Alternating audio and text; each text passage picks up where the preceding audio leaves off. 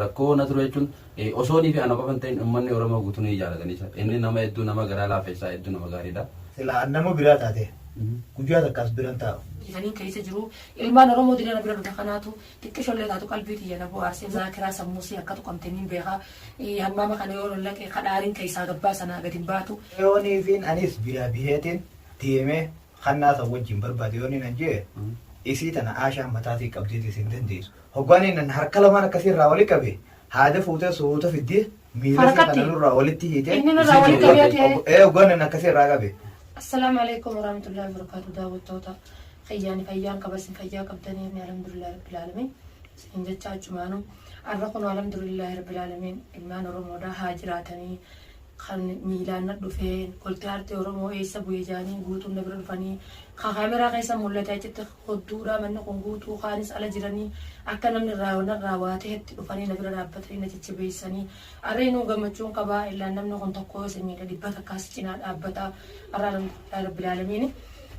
Ilmaatu yaadaan ayyaaduu fi boo'ichaan hambaa osoo hundana cinaa dhaabbattee ilmaan Oromoo akkana mana keessa naa guutanii nu jiraaf nasruu jaanii qomanaadhaa hatan kanaatu hodduu gammachuu na mul'isa. Kun ookillee na bira jira isa fakkaatee meeqaan tamtu jira haasin bahin hodduudha. Haanaa jiraatanii Oromoon xiyya balloon haanaa jiraattu. Wallahi billahi qarree fi qayrolleen haanaa jiraattu. Namnummaan akka isaanii dhalaa fi dhiiraan dhufanii na cinaa dhaabbatanii abshiiraa shaateenye. Arrasii tana keessa jiru si yaada ilmaan dila kana golaartii Oromoo dabamee abshiir nus wajjin jira nus bira dhaabbata. Takka yaadin golaartii Oromoo yoo dachii tana dhoosee awwaali malee ni baafna. Badroomaatii miti haadha badroomaa yoo kaayini baafna akkami boochaa shaajaanii wallahi mimmaan irraa haqanii haa jiraatanii yoon kaameraan kanneen isinii maru taate waan amalaa fi miti isinuu daawwattanii hin quuftanii ilmaan Oromoodhaa haanaa jiraatan wallahi tanaan isiniin jaa kunoo har'a qilleellee na bira jira taajulleen kunoo akkasuma na wajjin dararamee na wajjin cinqii meeqa gahee na wajjin mana kana keessa waan na wajjin hin ta'in hin qabu taajulleen na bira nan deessinee kunoo anuma bira jira ilaa ammaan tanaati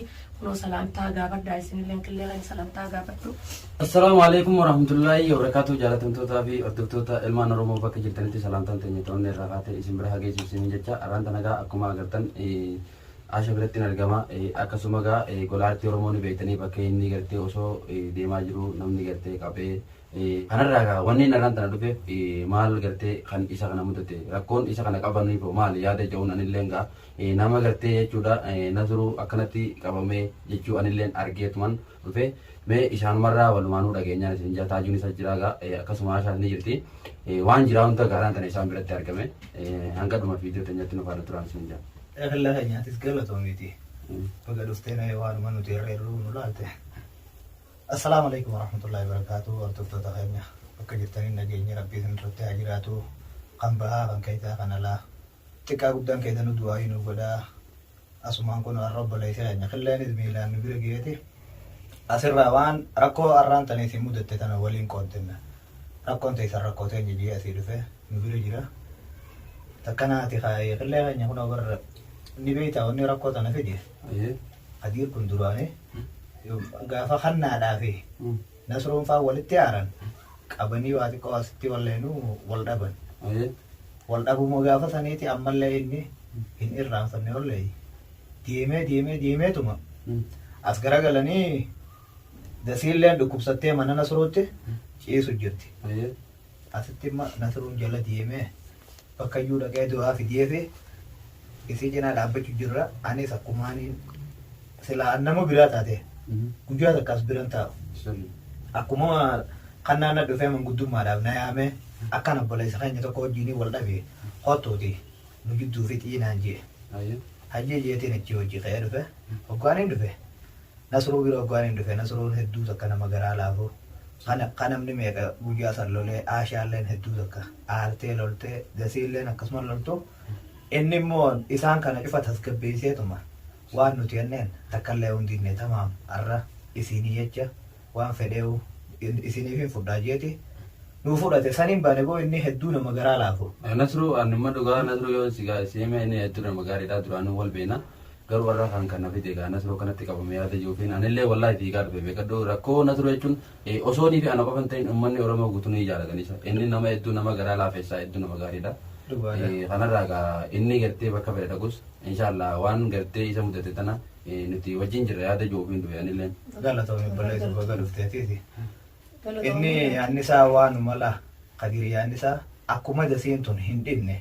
akkaatuma itti du'aasaa kana karaa muruu yaadii malee. Ayyuma dasiitiin feene. Wayyaa isiin feene malee Ammallee wanni biraa waan takka isan goone akka waan dhiiga takka waan nasruu raayaasatti himatu waan qabu. dhiiga raayaasa jee nasruun dhiiga raayaasa hin qabu gaa hanqa gaa wal tuttuqasaa waa dhayinaa misanii akka dhiira waa dhayinaa nutti hin fakkaanne naa irraa dhorkuu ture. Inta hanga innillee gaaree gaattillee wanta bararu arra siyaasa hundaa'u kannattuu kabayya kannaan lafan tolchi waan dila san kannaan nu godhe itti fayyisan obboleeyyan isaan kun lamaa yaakillee. Laakiin sanumaachaa biroo kutuudha qabaree inni kun irraan tana mee maal godhee nasru fuudhee baduroo maqaa awwaallatamee nama ilmi namaa kun beekadhu tokko miti namni tokko jechuudha gara inni la goggogina qalbii namni kun qabu jira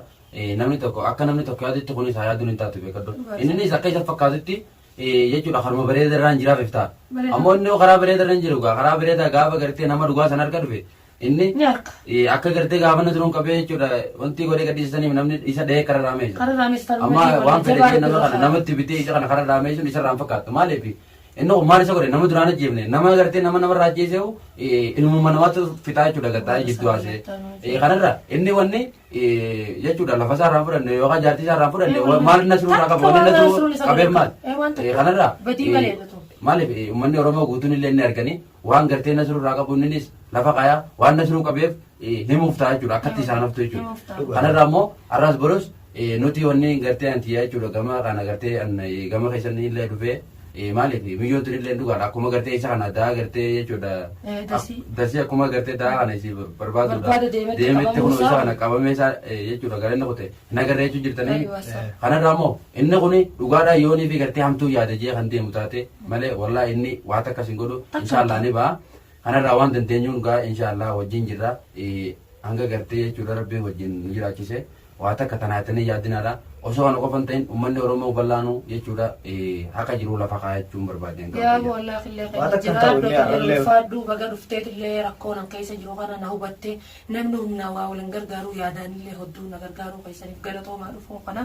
laakiin simalillee obboleeyyan kee bareedaan kasee wajjin dhufallee hisaabaan qabu wallahi illee keenya naaf jiraadhu siinjaa takka naatiin asuun badii malee qabamee takka badii takka illee hin qabu laakiin nama yaadu osoo qadiir san nama yaadu ta'e waan kana hundan godhu wallahi ana mara bitaajuun kun waan keessa jiru nuufi rabbi malee ilmi namaa beekuu danda'u hin qabu mana kana keessa takka miti yoo qabu takka ijoolleetan waliin qabee dura deeman taajuun kurfaachaa nutti takka nyaata kana fuutee matarra nu dhoobdi nyaata kana unoo gaafadhu wallahi waan isiin waan wanta joon taajuun na cinaa jira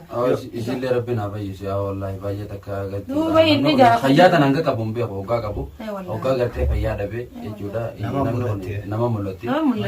isillee beekte osoo hin ta'in osoo jaalattee hin ta'in jechuudha waan rabbiin itti fide dhugaadha san dhugaadha beekeeti akkasiin beeytee ngoonii waan kana ilaanuu dhukkuba fayyadabaa zaakiraa sammuusii akka tuqamtaniin beekaa hammaama kana yoo lollaqee kadhaariin keessaa gabbaa sanaa gadi hin baatu irraa hin dhiqayoon jee kadhaanii irraa naddafa darsa kanaaf qumaamata hunda firanneeytee shaayii sukkaraa waa hunda firanneeyteeti akkana qaama kan hundaaf gooti jechuudha takka naati yaaba wallaahi waaniin keessa jirullee hin beeku ati illee baga dhuftee ilmaan Oromoo babbareedaan kun illee baga dhufanii na cinaa dhaabbatanii isaanumaanuu gaddaa fi gadda kiyyaa fi gadaloota hitaniin keessa jiru ilmaan Oromoo dilana bira dhufe kanaatu xiqqishollee taatu qalbii kiyya na bu'aarse nuus cinaa jira naan jechuu keessaniif wallaahi hodduu galatoomaadhaan isiniin jaa jechuudha. inshaallah nan bara obboleessa kiyya akkami seeta amma yoonii fi anis biraa biheetiin deemee kannaasa wajjin barbaade yoonii nan jee isii tana aashaan mataatii qabdeeti isin dandeessu. eega maaliif ijoollee siitii fi dasiidhaa saddaa qabuu hin dandeessu mataatiitti ammaan tana isii akka waan nama jinnii wajji jirtuuti dasii namni tokko qabuu hin danda'u namni tokko ilumaa qabuu hin danda'u amma naa fi aashaanu hoggaanii nan harka lamaan akkasii irraa wali qabe haada fuutee soota fiddee miila isaa kana nurraa walitti hiitee hoggaan akkasii irraa qabe achi booda ammaas harkaan nan qabee jiru kana eega miila hiitee booda dhuftee harkasiisaniis hiitee akkasitti fuunee suuta lafa keenya nyaatachitti bira teessee nyaachiftee nurattuufaa guyyoo isiin ammaas waa xiqqoo nuti hoyyoo tenne harka irraa hiine isiin nyaata san fuuteetuma aashaafaa fuuluma kanarratti kana garagalchite hoggaan itti dhiyaaddees ati namni kannaa wajji deeman siiyuun beekottee lolte anammoo lola siisan itti isin haaru fayyaasiitiin barbaadame nama fayyaa qabutu waan juufi tadhiisuu saddaa laallata malee takkaseetiin balleessa fayyamee isinis du'aa uumanu godhaa akkuma waliin formaata harkan dhumee nu wajjin tiyaada inshaallah isin bira jirra rabbi wajjin kanarraa isillee rabbiin haa fayyisu wallahi baay'ee takka nama rakkisa rabbiin gartee isii fayyisee gartee namni kun beekadhu gaafa isiin fayyite wallahi tunun din jirtu kanarraa gartee nasrullee gartee rabbiin bakka jiru isa gartee haqasaa haa baasu an wannan jiru kan wallahi waan biraa waan jiru hin qabu wallahi nasrullee kanarraa immoo an hangaan danda'utti isin biraan jira kun waan biraa illee dadhabu qaamaan isin biraan isin jiraan hanga kana nama jennaanu nama lubbuu fi nama kan wallahi inshallah numma qaisaan numma baanaati ya tak inshallah باذن rabbi sallee nagaa naa baasu qaisa nasruun ammallee waa takka rabbi raasu ya kana diga daawwattoota khiyyaan ilmaan oromoo bareedaa na bira dhufee fi qillee na bira dhufee kanaa tooraan tana